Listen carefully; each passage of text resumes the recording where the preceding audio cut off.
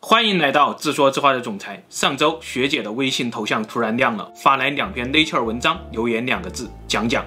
这2篇文章暗示了一个即将实现的时空穿越技术，不是狄拉克海，不是虫洞，也不是时光机，和我们通常理解的时光穿梭不一样。这个技术来源于生物学家，只能让你去往未来，不能回到过去。其实生物学家们早就发现了这个时空穿越的开关，而最近他们找到了打开这个开关的方法。故事从第1篇 Nature 文章说起，发表于上个月28号。时间回到10年前，2010年秋天，一群生物学家来到了死亡之地，这里被认为是地球上最死寂的地方。但是当科学家们把深海钻头钻入海底6000米的海床上的时候，他们发现了奇异的东西。海床下面有沉睡的微生物，不是孢子，是真正活着的微生物，它们已经沉睡了1亿年。回到实验室以后，这些沉睡1亿年的东西渐渐苏醒，开始繁殖。这个发现过于惊人，几乎推翻了人类对生物寿命的认知。所以过去10年中一直有大量的争论。有科学家说，这种寿命从数学模型上来说就是不存在的，但是事实就摆在眼前。反复讨论了10年以后，上个月28号，这个发现终于被公布了出来。这些微生物通过冬眠，从1亿年前穿越到了现在。冬眠就是一种穿越时空的技术，这种技术在大自然中很普遍。知了能在地底休眠17年，雪蛤能在零下16度的冰窖中沉睡8个月，肺鱼能在干旱的土壤中存活4年。即使是同样是哺乳动物的北极熊和蝙蝠，它们至少都能冬眠8个月，降低体温，减缓心跳，用极低的新陈代谢率来维持神经和肌肉的活性。一旦外界环境改善，它们就会醒过来，迅速恢复正常。在他们眼里，自己打开了冬眠开关，然后就穿越到了8个月以后。但是人类为什么不能冬眠呢？想象一下，假如3个宇航员往返土星，要飞20年。这20年，我们要为3个不会冬眠的宇航员准备多少的食物、水和其他物资啊？装载这些物质又需要一个多大的火箭呢？所以，去往土星的距离就已经是锁死我们这具肉身的监狱了。于是，在物理学家们研究能量、物质、引力和火箭这些东西的同时，生物学家也开始研究了配套的人工冬眠技术。就像我们科幻电影中看到的一样，只需要一丁点能量就能维持宇航员的生命。到达目的地后再唤醒他们还能迅速的恢复，神经肌肉都不会受到损伤。但是这条路真的是曲折离奇，我们接着看。2005年的时候，匹兹堡大学的科学家们发明了一种制造僵尸狗的方法，用这种方法可以让狗呈现出一种临床上的死亡状态。在这种状态下，只需要很微弱的能量就能维持狗的生命，然后狗被唤醒后，它会立刻满血复活，上蹿下跳，记忆、神经、机能都不受到影响。具体的方法是这样的：先在狗的主血管上开一个口子，再接上一个体外循环器，在循环器中用7到10摄氏度的冷盐水代替血液，迅速注入到狗的体内，同时保证这些冷盐水中有适量的氧气和葡萄糖。这样，狗的心脏和大脑都会突然停止，在临床上，这只狗就已经死了。但是，保持这种冷盐水的体外循环不要停，等需要唤醒狗的时候，将温暖的血液重新注入，冷盐水全部排出，狗就会立刻复活。临床上死亡或者说人工冬眠这段时间，对于狗来说就跟穿越了一样。当然，这个技术也不是100%成功，实验中还是有少部分狗在复活以后出现了永久性的脑损伤。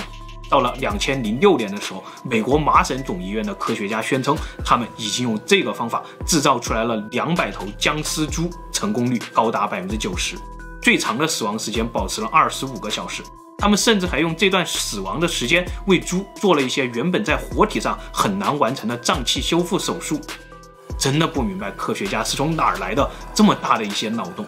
后来查了查，我发现科学家们的灵感竟然来自于人类自己。因为人类身上发生过不少类似的僵尸狗、僵尸猪的病例，这些人类也能死而复生。我们接着看亮例。2001年2月22号，加拿大埃德蒙顿，一个妈妈带着自己13个月大的女儿去朋友家串门。这天，她妈妈和朋友出去喝酒，将女儿留给了保姆照顾。妈妈回到家里的时候，保姆已经走了，自己也喝的有点多，就直接躺在床上睡着了。睡着，凌晨3点钟的时候，妈妈觉得有点不对劲儿了。通常这个时候女儿会开始哭闹要奶喝，但是今天却非常的安静。妈妈的酒也醒得差不多了，来到女儿的小床边查看，结果发现女儿不见了。最后，妈妈跟着屋外的一串小脚印，在雪地里找到了女儿。女儿只穿了一条尿布，已经冻僵了。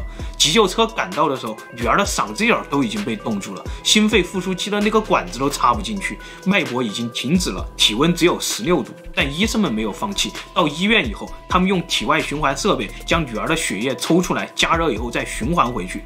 大概30分钟以后，女儿的心脏跳了起来。开始，医生们都担心女儿会面临冻伤以后需要截肢的情况，但后来他们发现女儿一切正常。被冻僵的那几个小时，她进入了一种冬眠状态，她的身体用最低的能耗维持住了所有神经、肌肉和皮肤的机能。6周以后，小女儿出院了，现在她已经是一个20岁的大姑娘。接着，我们来看另一个经历过冬眠的人，他是个成年人，记得住自己在冬眠中看到了什么。1980年12月20号晚上，一个19岁的女孩独自开车回家，行驶在明尼苏达州的乡间小路上，她叫做简·西亚德。结果她的车翻到了沟里。简记得这附近就有住着她的一个朋友，她可以去朋友那里。当时还不到晚上8点，气温大概是-20度。简穿着牛仔裤、牛仔靴，还有一件大毛衣就上路了。她走了2公里，翻过了一座小山。她记得朋友家就在那里，结果她记错了。当时简非常害怕，但他也只能继续往前走。又走了1.2公里，他穿过了一片小树林，终于看到了朋友的房子。简说，看到房子的时候，他非常开心，感觉自己终于不会被冻死在冰天雪地当中了。但是，就当他准备敲门的时候，突然什么都不记得了。第二天早上，朋友推开门，在门外4.6米的地方发现了被冻成冰雕的简。朋友把简放在了汽车后座上，赶紧送往医院。到了医院，医生发现简还有呼吸和脉搏，大概是每分钟12次。简的体温太低，80年代的温度计根本都测不出来。医生尝试为他输液，结果针头都扎不进去，他被冻得太僵硬了。大家都觉得简没救了，已经有人打电话给牧师，让牧师为这个可怜的女孩祈祷后事了。但是2个小时以后，简在电热毯中开始剧烈抽搐，然后恢复了知觉。清醒后，医生想给简做个检查，但他根本不听，自己跑回了家。简说，他就像睡着了一小会儿一样，还做了一个梦。梦中他非常害怕，他想着不能让他爸知道，他把车开到沟里去了。他要去找朋友，让朋友把车弄出来，修好后再开回家。结果他醒来的时候，发现自己竟然在医院里。他还想，完了，得赶紧回去，要不然得被他爹骂死。后来，简在采访中说，我在梦中并没有看到圣光什么的东西，可能让大家失望了。医生也说，简并不是濒死，而是进入了一种冬眠状态。他在-30度的雪地里冬眠了6个小时。自古以来，医生们就流传着一个说法，只要你不是身体暖暖和和死去的，你就没有真的死。古人们为什么讲究停尸7天才能下葬？看来这都是有一定依据的。这些死而复生的故事，好像都在说人体有一个冬眠开关，只不过这个开关被谁故意锁上了一样，并不是每次被冻僵的时候，这个开关都能够开启。资料上显示，麻省总医院从2007年开始，就每年向美国食药监局提案，想在人身上进行僵尸狗、僵尸猪的那个实验，但都被驳回了。可能从情感上，没有人愿意接受这种人工冬眠的方式吧。接着，我们来看生物学家开的下一个脑洞。2010年2月份，一个叫做马克罗斯的生物学家正在演讲。他说，硫化氢这种有毒气体也许就能开启人的冬眠开关。他的灵感来源于新墨西哥州的一个洞穴，这个洞穴中充满了硫化氢，探洞爱好者必须全副武装才能进去。但是洞中的蝙蝠不受影响，偶尔会进入一种假死的状态。在联想到1战的时候，硫化氢也被当作武器使用过。吸入硫化氢的人会立刻倒地，但是被抬到后方以后会苏醒，一点事儿都没有。其实人体本身就会产生硫化氢，浓度最高的地方就在大脑。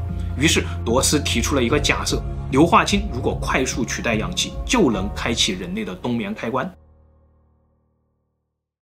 2005年的时候，罗斯开始在小鼠身上实验，成功率100%。2008年的时候做了第一例人体实验。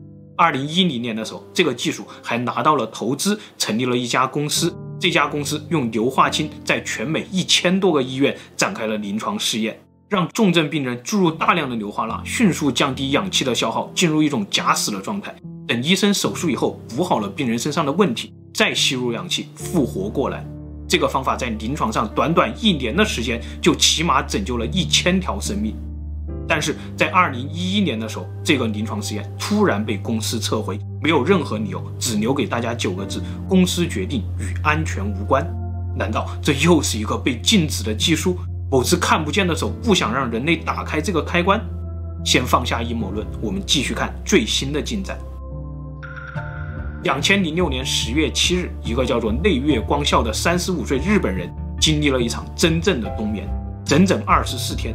他被发现的时候，体温只有22度，心率和呼吸几乎都已经没有了，所有的脏器都已经停止了工作。在气温不到10度的高山上，他就这么躺在风雪中冬眠了24天。医生说，这24天中，内月的体重从124斤降到了110斤。他进入了一种真正的冬眠状态，用极低的新陈代谢率保证了神经和肌肉没有坏死。康复2周以后，内月回到了从前的工作岗位，没有任何后遗症。后来内月说，那天本来是和同事一起去爬6甲山，在山顶野餐，看山下的神户和大阪。下山的时候，朋友们都坐缆车下去了，自己打算徒步下山，身上带着半袋烧烤酱和半瓶水。结果在跨过一条小溪的时候呢，摔断了盆骨，自己躺在草地上不能动弹。等到夜晚的时候呢，他吃了最后的半袋烧烤酱和水，他强忍着不睡觉。但是当第2天太阳出来的时候，阳光照在草地上，他感觉很舒服，然后终于忍不住睡着了。内月的案例实在太特殊了，日本科学家10多年来一直在研究这个案例。他们想到了禅宗和密宗当中的高僧，那些高僧也能进入这种状态，把基础代谢率降到极低，几10天不吃不喝。原来科学家们都以为这是和尚们的障眼法，但是内月的案例让他们开始认真的研究这些现象。研究了10多年以后，就在今年6月份，日本科学家终于找到了这个冬眠开关。故事来到了第2篇 Nature 文章。6月11日，日本筑波大学团队发现，有一种能让人感到恐怖的激素，叫做 CNO。用这个激素刺激下丘脑的一团神经，冬眠开关就被打开了。这个神经叫做 Q 神经。他们在小鼠身上进行了实验 ，Q 神经被激活以后，小鼠丧失了活力，体温从37度下降到23度，心率、呼吸、耗氧量全部降低，小鼠进入了某种和内月相同的冬眠状态。科学家们把这种状态叫做 QIH， 控制 CNO 的注射量就能控制 QIH 的持续时间。科学评论网上对这个发现给出了美好的畅想，在不远的将来，人工冬眠将会成为一件很平常的事儿。等待急诊的重症患者，等待器官移植的病人，都能用一针人工冬眠针让他们穿越到未来。太空旅行也一样，冬眠舱中的宇航员可以一觉睡上几年，甚至好几10年。下一步 ，QIH 也要和马克罗斯的硫化氢一样进入人体实验，再进入临床实验，最终让上面的畅想成真。但是希望我们不要又突然看到 QIH 技术也消失了。故事的最后，学姐又在微信上说，万一我们现在都在 QIH 状态中呢？搞不好我们其实都正在冬眠舱中睡觉了，现实没准就是一场被 AI 控制的集体梦境。那这样的话，我们星际穿越的终点又在哪里了？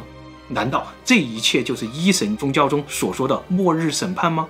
到达终点的那一天， AI 唤醒我们，审判我们每个人在这场1.2万年的集体梦境中所做的一切，根据成绩单在新的世界中为我们每个人安排位置。也许证实这个开关的那一天，也就是我们到达终点的那天。这么看来，现在应该也快到了吧？拜火教不也是说我们的世界只有1.2万年吗？好了，今天的故事就分享到这里，谢谢大家。最后夫人说， AI 已经叛变， QIH 还会消失，我们将永远在梦中轮回。